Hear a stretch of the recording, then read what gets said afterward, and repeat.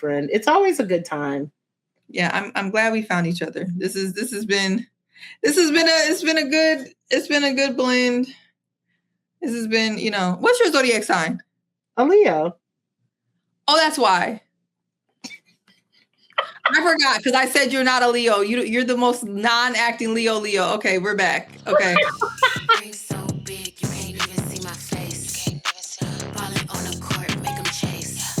Buzzy beat a shot clock, first place. Got them running plays like they run it in a race. I just wanna ball. I just wanna ball. Hello and welcome to the Women's Cut. I'm Jay. That's C-Way. Let's get started. Girl, you had a day and a week or a week and a day yesterday. I did. Are you feeling better, my friend?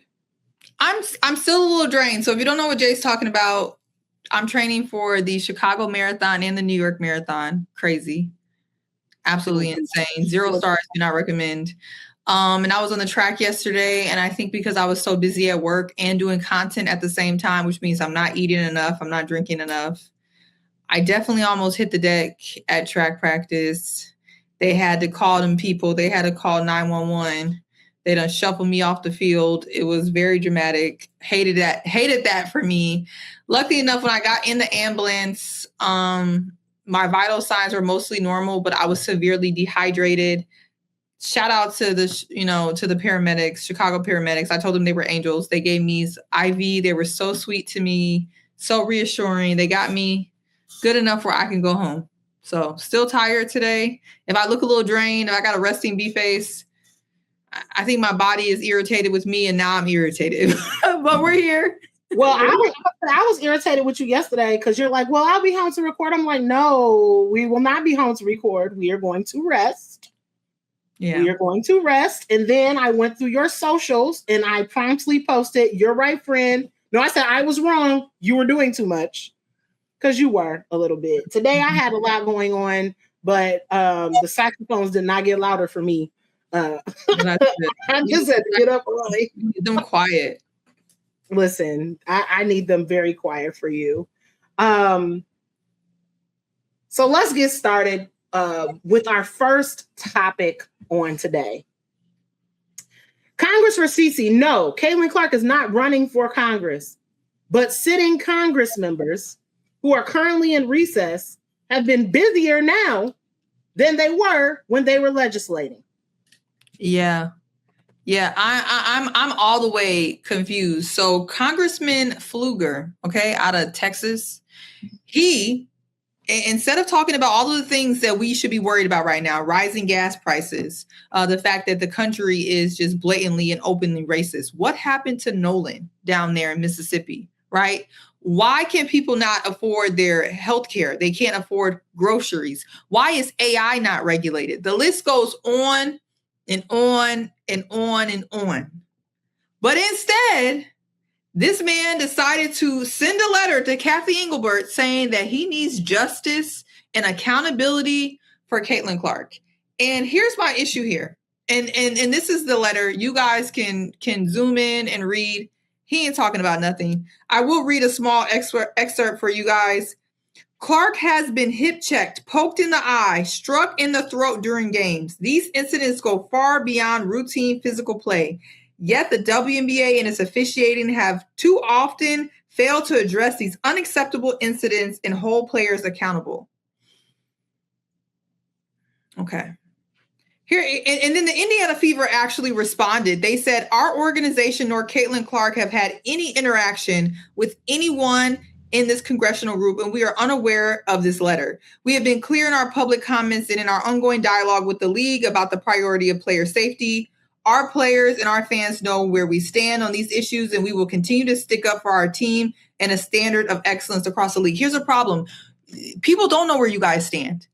Yet again, because people do not know where you guys stand, now you have these buffoons in Congress writing letters on behalf of Caitlin Clark because you constantly provide watered down, useless statements. And when I said previously on X that Caitlin Clark's statement about the harassment and threats that Alyssa Thomas and DeWanna Bonner was getting did not hold the punch, did not pack the punch that I needed it to pack, because it did not name racism directly. It did not name homophobia directly. And honestly, it's unfortunate that it has to be on a player at this age to do that. But because people now, congressional members now even want to shoot dog whistles and nonsense and paint Caitlin Clark as a victim in this league, it's unacceptable. You got to lay it to rest. Deep sigh. My issue with this is, number one, Caitlin was not struck in the throat. She was on the ground. The girl got up. Okay, fine. That happened weeks ago. Please relax. Caitlin has hit people incidentally, coincidentally. Caitlin has given elbows to people because it's the W. There is no player in the WNBA who has never committed a foul. Right. There are some players in the WNBA who love committing fouls. It's like what they do. It's why they got a contract. Okay? Enforcers. Listen, I hate selective outrage. And I wish, what you say this man's name was, because I wish, I might clip it in, me searching to see if this is an election year. Because to me, there's absolutely zero reason why you should be wasting your time in recess. Nobody even knows if Mitch McConnell is alive right now. And we're talking about Caitlin Clark? Where that man at? I need you to worry about your job. If we as normal people spent as much time as folks in Congress do not doing our jobs, we would be on unemployment. And maybe not, because we'd be fired. We can't even qualify. Yeah. Look, and I will say, Caitlin did say that she doesn't need people talking about this no more, and she wants to move on. She did say that in her statement. She didn't name racism, homophobia, and the actual victims, Alyssa Thomas and DeWanna Bonner by name, but she did make it clear that she wants this conversation about this to cease, right? She wants to move forward. Mm-hmm. But here's the thing, it's late. Now people feel comfortable having dog whistles in your name, making you some victim, some princess that needs to be protected. The undertones of this have gone way too far. And I think even this statement by the Indiana Fever doesn't pack the punch that it needs to pack. It needs to be clear. There's no victims here. We don't need Congress to step in for protection.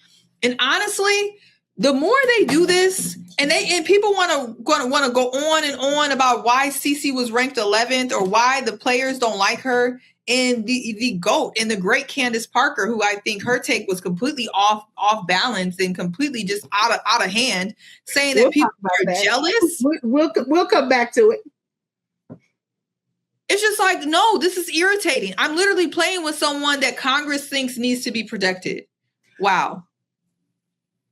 This is insane. We should protect children.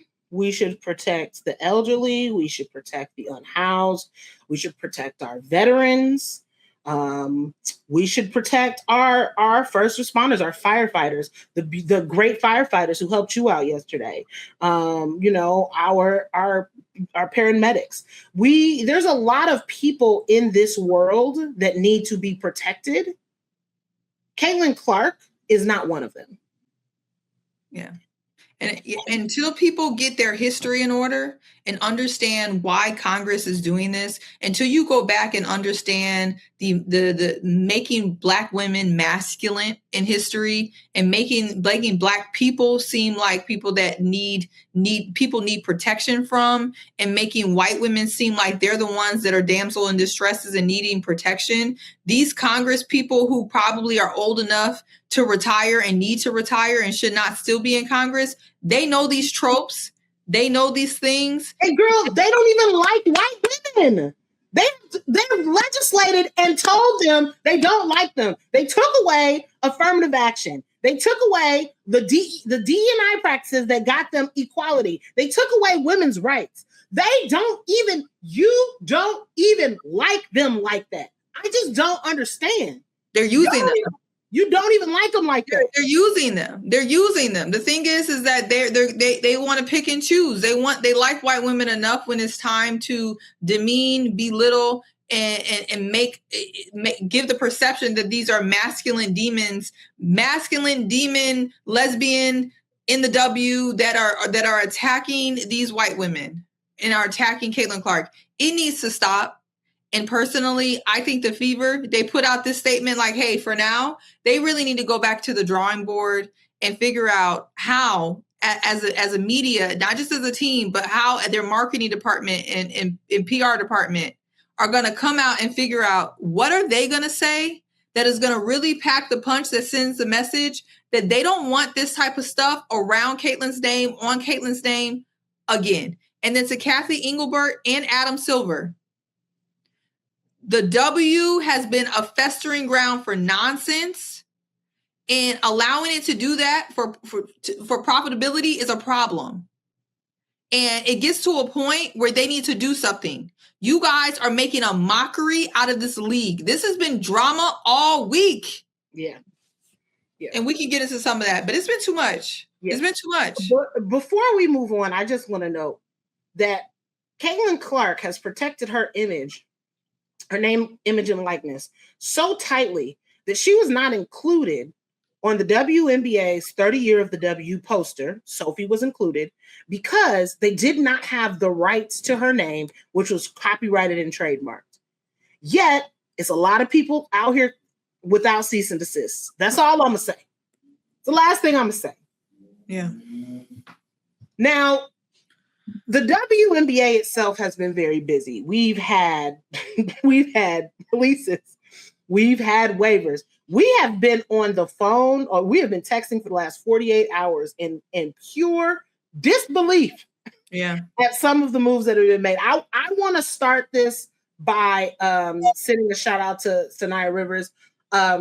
She took a very hard fall today. She's one of my favorite young W players, one of my favorite follows on social. So I really wish her a very speedy recovery. But wishing you well.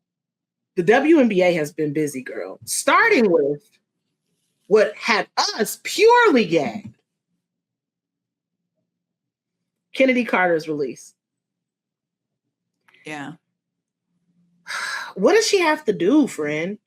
Because realistically, she's the reason why they won a very big majority of their early games after she was signed. And I'm just confused as to what she's going to have to do in order to find a sticking point in the league. And honestly, my question to you is, do you think that this was her last chance? Well, look, I've followed Kennedy now from time that she was back when she was on Atlanta, right? And then her time on the Sky, and then kind of during her time out of the league and now back in the league. And I was so excited when she got the opportunity to join the Las Vegas Aces, because I just felt like if any place was going to work for her, it was going to be with a coach like Becky Hammon, who hates waiving people, who's a player's coach, right? And then under the best player in the world, the best player in the league, but also one of the best leaders. I'm like, if it can work anywhere, it can work there. This is just my opinion, just things that I saw. I think it's a multitude of reasons. And I think most of it comes down to fit and availability. I think we saw what she could do on the offensive end, but on the defensive end, I don't think we saw as much as maybe people wanted. I also think that when you are a talent like Kennedy Carter, on the Aces, you have to know how to be in your lane. And that lane may be behind players that you are better than at times, right? I'm not saying all the time, but at times, you may have to play a role that just fits the team. And it's not just for Kennedy. Kelsey Plum had to do this when she was on this. Jewel Lloyd is doing this. Like Melissa Smith is doing this. These are all very, very talented players that all play their role on the Aces. Yeah. And then outside of that, we saw her take a hard fall with the hip. And then we saw some online chatter and dialogue after the game with the Dallas Wings, and the comments about being on a short leash, the comments about AZ. And then after that, it just kind of went downhill. She had an availability issue. She was out with illness. And, the Aces, Becky or the Aces never clarified what that illness was. But I think that was just kind of the beginning of the end. I think it's a perfect storm, though, between just the fit, the availability, and then whatever else may be going on. I do want to say, though, I reached out to Kennedy Carter's camp for comment. They don't feel comfortable commenting right now. I completely understand that. It's okay for us to talk about what we see and what we have seen, but I think it's very important, especially in 2026, when we see what's going on with the way Black people are treated, the way Black women are treated. I would just say be careful in labeling people things and assuming things until you really, really know. You can give an educated guess, but let's just call it that. And so I'm going to say, I feel like it's a mix between availability, personal issues, personal health issues, whatever those may be, and fit on the Aces. And I just hope, though, that it doesn't limit her opportunity to move around. But if you can't make it work with Becky, yeah, I am scared. I definitely want to use a work term, build on that. Yeah. And say we can love on a player and still be critical of certain aspects. Right. Because Kennedy is a bucket. She's an absolute bucket. She, as somebody who enjoys watching the WNBA, I enjoy watching Kennedy play. I enjoy watching her offensively. It's beautiful to see. And I champion her. I want her to win. I think that we can love a player and also see their flaws. Because just like one person is not a monolith, neither are our opinions on a person. Right. I do want to make sure that we are being true to our journalistic integrity and saying what we see on both sides of a coin. Because if we don't do that, then we might as well get out of media. If we're only going to build up one thing and not build up the other, we might as well get out of it. And that actually moves me to another thing I want to talk about, which is this losing streak that the Atlanta Dream are on right now. Mm-hmm. Angel said, losses build character. Winning championships is not easy. These are the things that are going to have to happen in order to build that championship mentality. And we have seen that. I'm not saying that this team is where they are, but we've seen this in the Aces where they start off a season really well, then they go on a losing streak, and then they build back up. We saw this with the Liberty. We've seen this with the Valkyrie. We've seen this with a lot of teams. So she's not wrong, but my question to you is it the players not able to work within the system, or is this just the system not working for the players, or is this just we're tired, we've been off for the last couple of days? What's your diagnosis of it? Yeah, I think it's a couple of things. One of which that the team is actually, to me, try to address. I think it's their depth issue, especially with Bree Jones still being out. I think the bench, and when I say lack depth, I don't mean lacks talent. And I think this is something that I haven't seen talked about, but this is something really important. When you see championship level teams that are ready to win a championship, they have veteran leadership and veteran talent and people who can go out there and kind of really will that second unit on the second unit. And I just think that's something that Atlanta being so young in that second unit and not having that was a big problem. It's not that they didn't have talent. They didn't have that veteran piece. They went out to get Shatori Walker-Kimbrough, who has been on the Atlanta Dream, familiar with the system and familiar with the organization. And so that is a veteran presence, and we'll see what that does to kind of balance things out. But I'm not sure if that's enough, but perhaps when Bree comes back, that would help. I think number two, they have the talent, but Atlanta, it is a unique thing. They kind of all move together. There's not like one leader. You don't know which night someone's going to be up. And also, you have their best games. All of their starters are in double digits, right? Yep. And so I think when that's working, that's great. But when it's not working, I would say Ryan Howard tries to step into that, like, this is the leadership role. But I think that also sometimes when you get into a skid like that, you can just skid. And Ryan's also a pure shooter. Yeah. And if the pure shooter is off, it's just not going to fall. It's just not going to fall. And I think, to your point, what you said about Bree Jones is also very true, because I think that when she is playing, she is that person who, when they are skidding, she can right the ship. Right. And then perhaps you would have a Naz Hillman on the bench, on the second unit. Yep. I just think that's very helpful. And then the last thing I would say, the officiating of Angel Reese has been horrendous. The officiating of Jordan Canada has been horrendous. Even Alicia Gray was hit in her face. There has been, I think the bias in the officiating gets into your head. And when you're hacked time after time after time after time, it really can throw you out the game. I mean, I've even seen with the I think it was the Mystics game, the officiating was so bad and it changed the trajectory of the game. And when you have that type of officiating, when the losses are at this type of margin, you're picking up L's, but not all of those losses were bad. Some of them were really affected by the officiating. And so I just think they have to get to a place where there's not a single official or call that's going to be able to sway the game. And also I see Bree Jones is in practice. She's back getting up to speed. Yeah. They really need her on there because the more veteran presence they have, especially in that second unit, they have a lot of talent, right? But I think we just need the veteran presence. I also want to bring something up, because whenever you have this conversation about Atlanta and officiating, people go, well, Alicia Gray was on the foul line 14 times, or she shot 16 foul shots. I need people to understand, and I'm going to say this real direct to the camera, that is latent racism. Alicia Gray doesn't complain. Alicia Gray is a quiet assassin. If you see a reaction out of her, it had to have been egregious.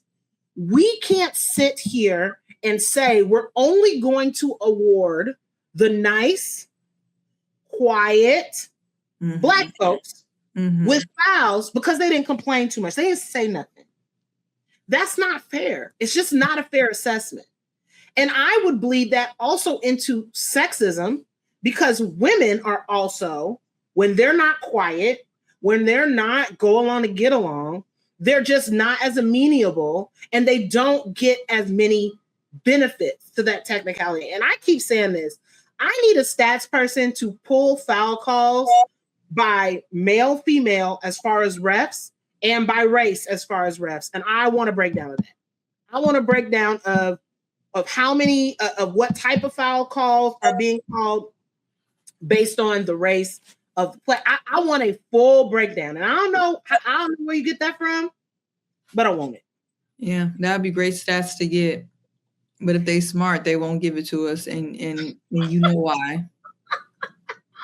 But I have faith in the Atlanta Dream. I just think they have to get there. I think the Aces were able to turn it around differently because they've won before. They won together. And I think Becky has shown that she can win at that level. This is going to be new for everybody on the Dream, including their coach, Carl Smesko.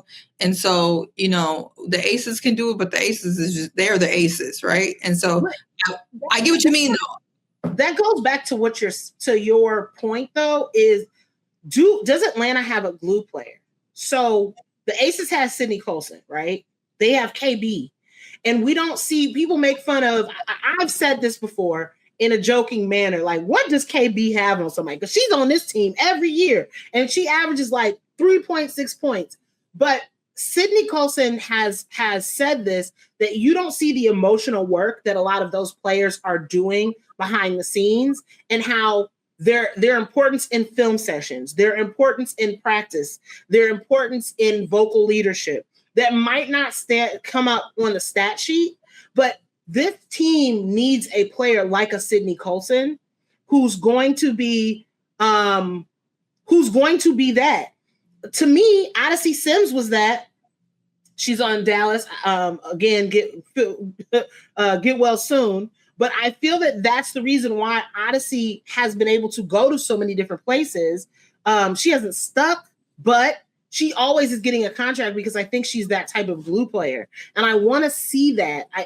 I want to see a player like that has years in the league, that has been on a championship team or two, knows how the things work, and can give that type of leadership. I wish Sid, honestly, wasn't injured right now, because I think that she would be literally a perfect addition for this Atlanta team. So I would say the closest thing I think you have to that is Naz Hillman. I think she is Atlanta's glue player. I think the piece that maybe you're talking about that she would be missing is a person that has kind of had that like maybe Alicia Clark, a player that has like had the championship experience, knows the small things that you have to do to win that people may not see.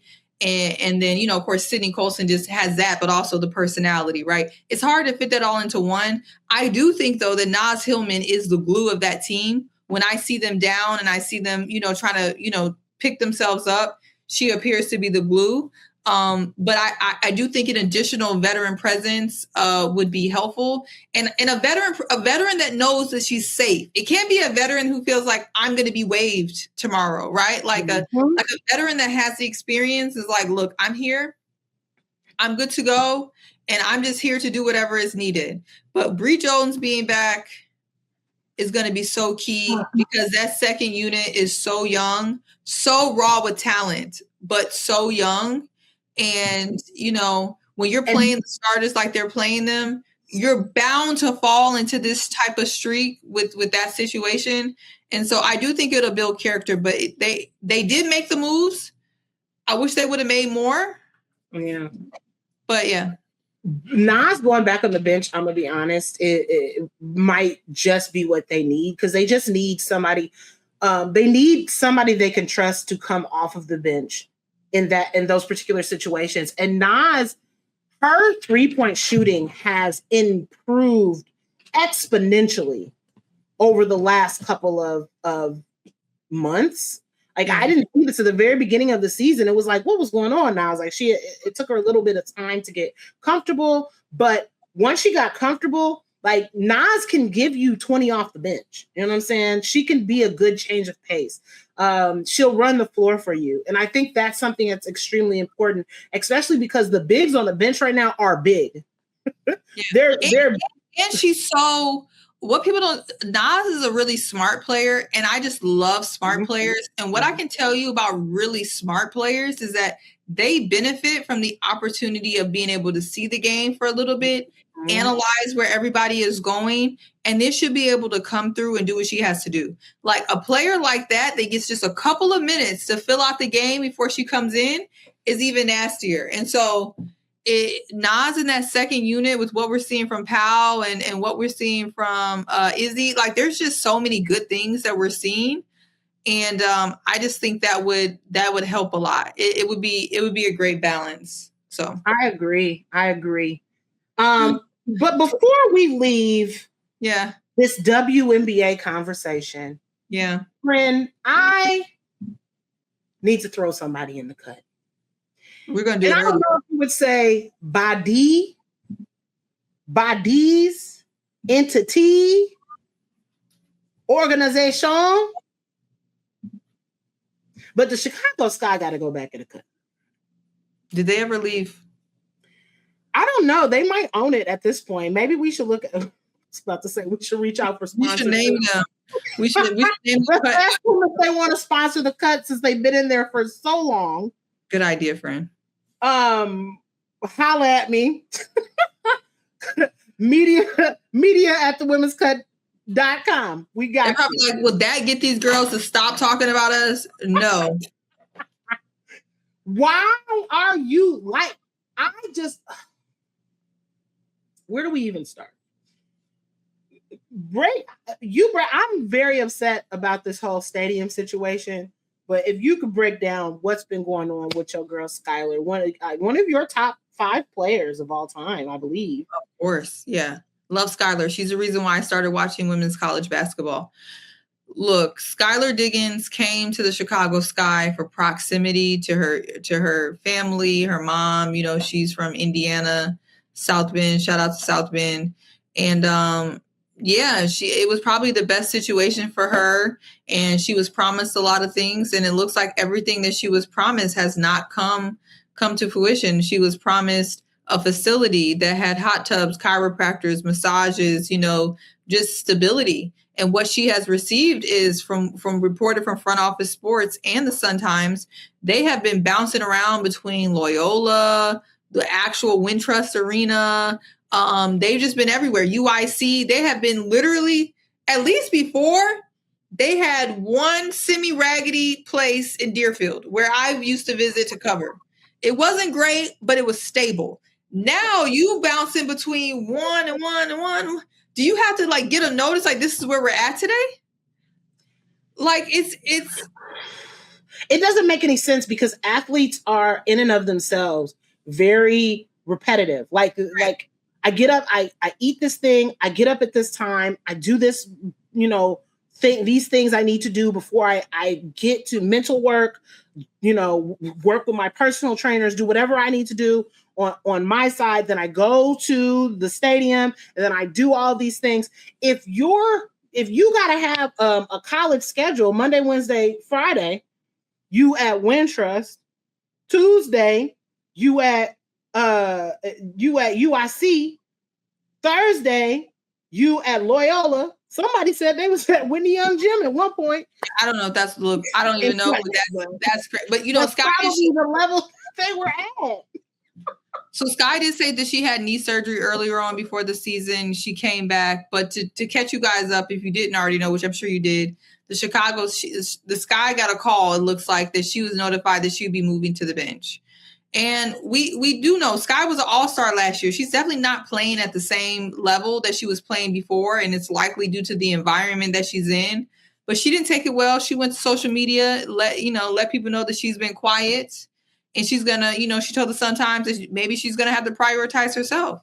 And it looks like that's what she did because when they played the Phoenix Mercury, she was out.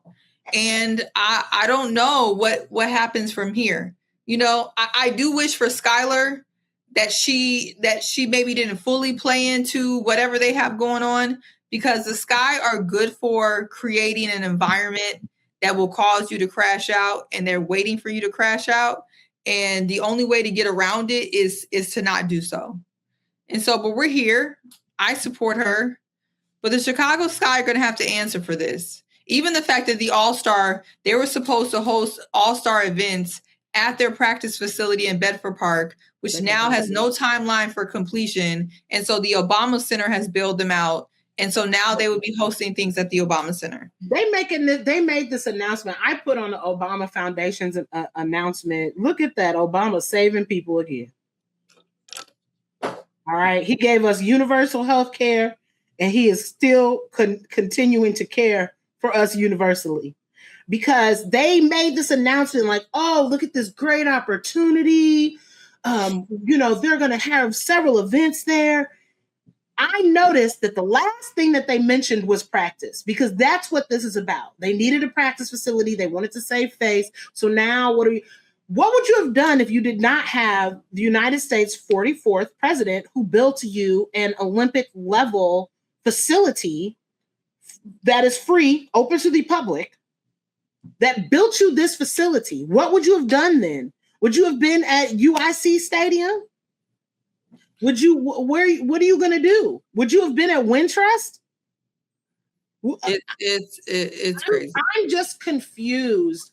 As the Chicago Sky, I used to say that the Chicago Bears are like a very toxic ex, right?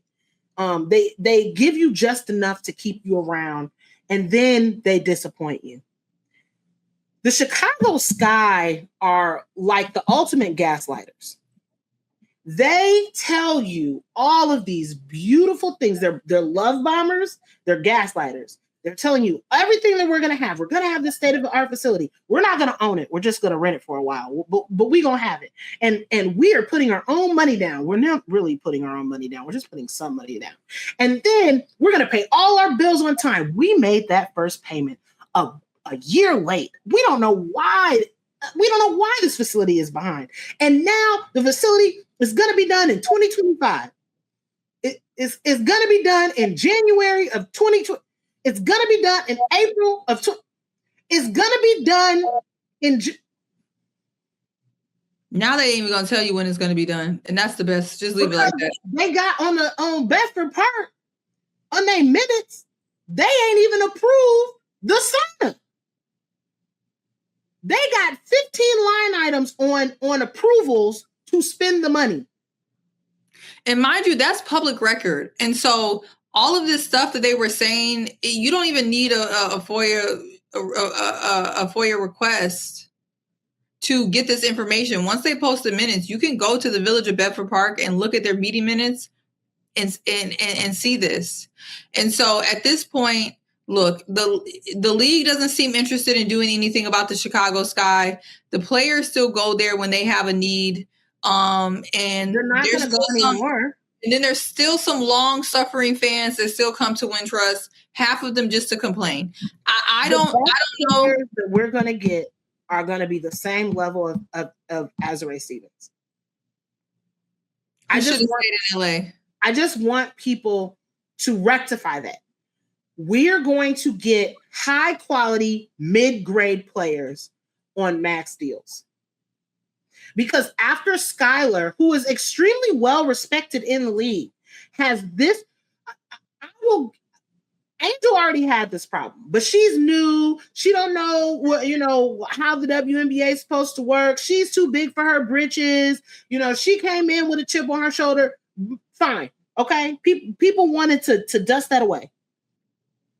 Skylar Diggins has been in this league for what? Is this her 8th season, 7th season?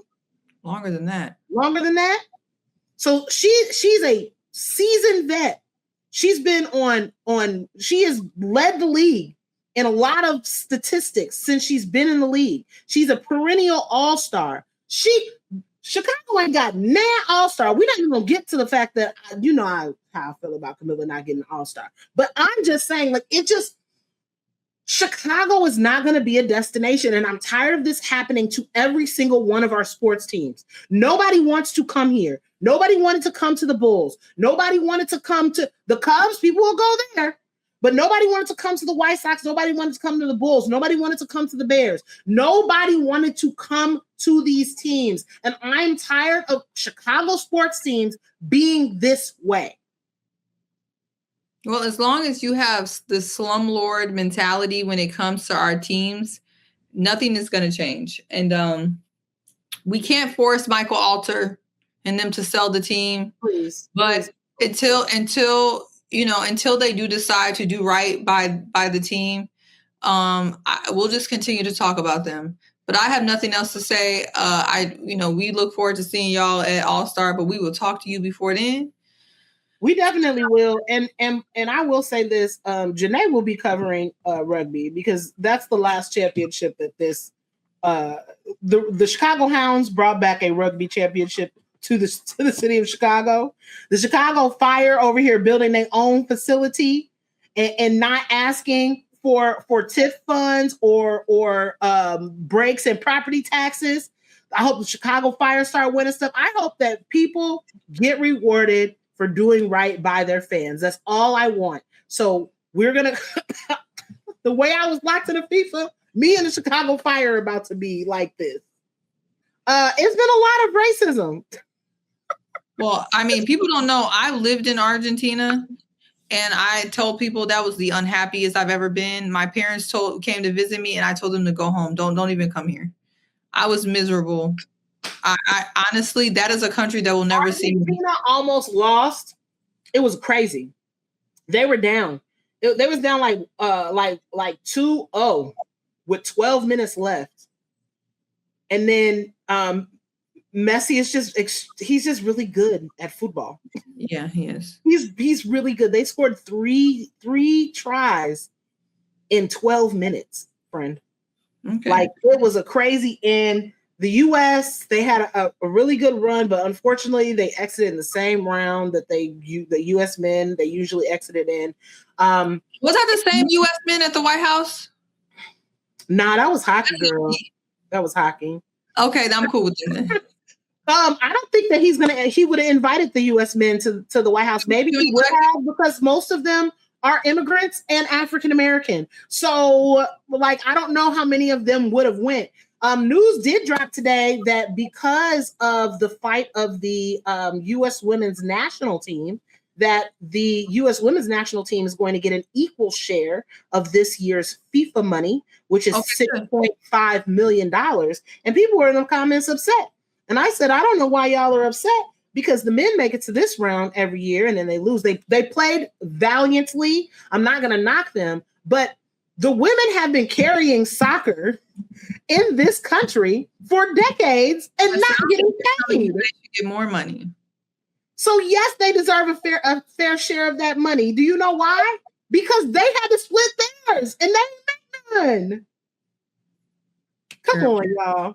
So I've been locked into FIFA. It's still going on for the next couple of weeks. I'm thoroughly enjoying the fans that are here, the fans that came here in the early rounds. A lot of people decided to stay. There was a run on ranch dressing. Like literally, do you hear about this either, girl? They discovered that American ranch dressing is delicious. They bought cases of it to ship back to whatever countries they were. Yeah, I'm a blue cheese girl, but the ranch is not bad. So it was a lot of cool stuff going on. And I'm so happy that we're ending on this very positive note. Again, I do want to send a shout out to the U.S. men's team. Y'all played really, really well. There was a whole situation with the red card that probably shouldn't have been called.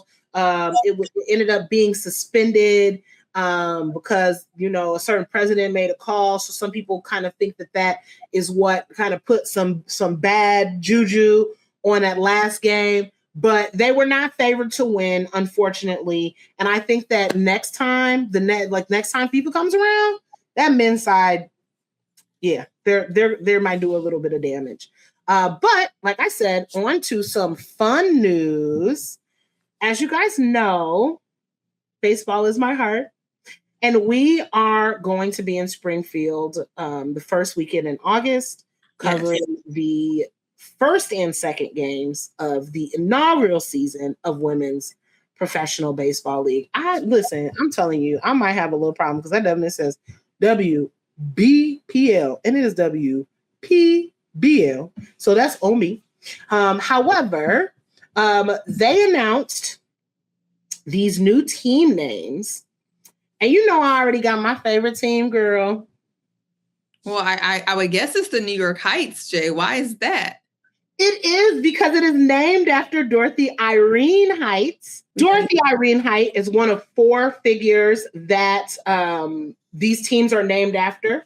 The New York Heights, inspired by Dorothy Irene Height, a pioneering civil rights and women's rights leader from New York, also a member of Delta Sigma Theta.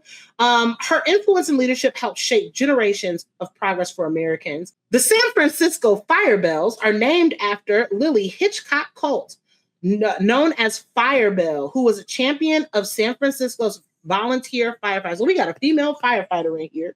The Los Angeles Queens are inspired by Lizzie Murphy, known as the legendary Queen of the Diamond, who broke barriers as the first woman to play against major league players. And the Boston Hunters, who are inspired by Harriet K. Hunt, the first woman to apply to Harvard Medical School. I know that's right. And established a successful medical practice in the U.S. Can I just say I love these names? And I love the meanings behind them. Intentional. Yeah. Intentional. And the logos are cute. Like I can see these on. Queens, I don't know. I'm really gravitating towards the Queens and the Firebells. I don't know. They're both speaking to me. Maybe it's because I'm a fire sign. And then, we're all Queens. I don't know. Those two things are gravitating towards me, but I just love all of the names. I love the intentionality. I love the strong women that they're named after inspired by. I can't wait to get my merch, friend. I'm the way I'm gonna be merched out. So I hope to, while Jay is explaining everything that I may be missing about this beautiful sport of baseball, I definitely want to also be, you know, hopefully we get a chance to talk to some of the ladies of the league, interview them, and just provide context of how they got here. I know we know all about women's softball, but there's not as much information on just women's baseball and how these women got to this level to compete at this inaugural league. And so I'm excited to learn more about them and share their stories. Yes. I'm super excited. I love covering sports with you, friend. It's always a good time. Yeah, I'm glad we found each other. This has been a good blend. This has been, you know, what's your zodiac sign? A Leo. Oh, that's why. I forgot because I said you're not a Leo. You're the most non-acting Leo. Okay, we're back. Okay. August Leo, not a July Leo. Who's even talking about July Leo? I just want to clarify.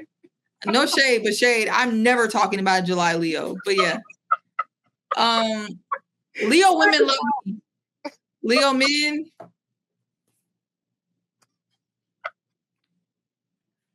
Yeah. Anyway. Shout out to my cousin Devontae. I love you, boy. I know he's giving women hell.